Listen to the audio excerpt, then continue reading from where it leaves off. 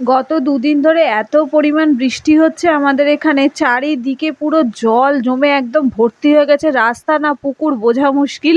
তো বিকেলবেলা আমি ছাতা নিয়ে বেরিয়েছি, এখন যাচ্ছি একটু ওই বাড়িতে, কারণ আমার একটা শাড়ি আনার দরকার ছিল। তো বাড়িতে গিয়ে দেখি কি আমার শাশুড়ি মা যে মুরগিটা পুষেছিল, যারা আমার বড় ব্লগ দেখো তোমরা জানো, ওর না পায়ে অনেক বড় বড় নোক আছে। তো বৃষ্টির জন্য বেরোতে পারছিলাম না, আমি মাকে বললাম মা তুমি একটু ধরো, আমি ওর পায়ে একটু নেল পালিশ পরিয়ে দিই।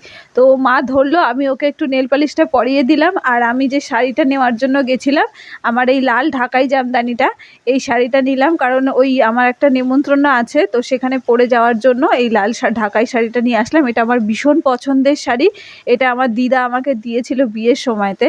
আর এই ব্লাউজটা নিলাম, আর বসে থেকে থেকে কি করব, তো আমিও একটু আমার পায়ে নেল পলিশ পরে নিলাম। আর মুরগিটা তো সন্ধ্যাবেলা শুধু ঘরের মধ্যে ঘুরে বেড়ায়। তো আজকে ভিডিওটা কেমন লাগলো অবশ্যই জানিও, দেখা হচ্ছে পরের ভিডিওতে।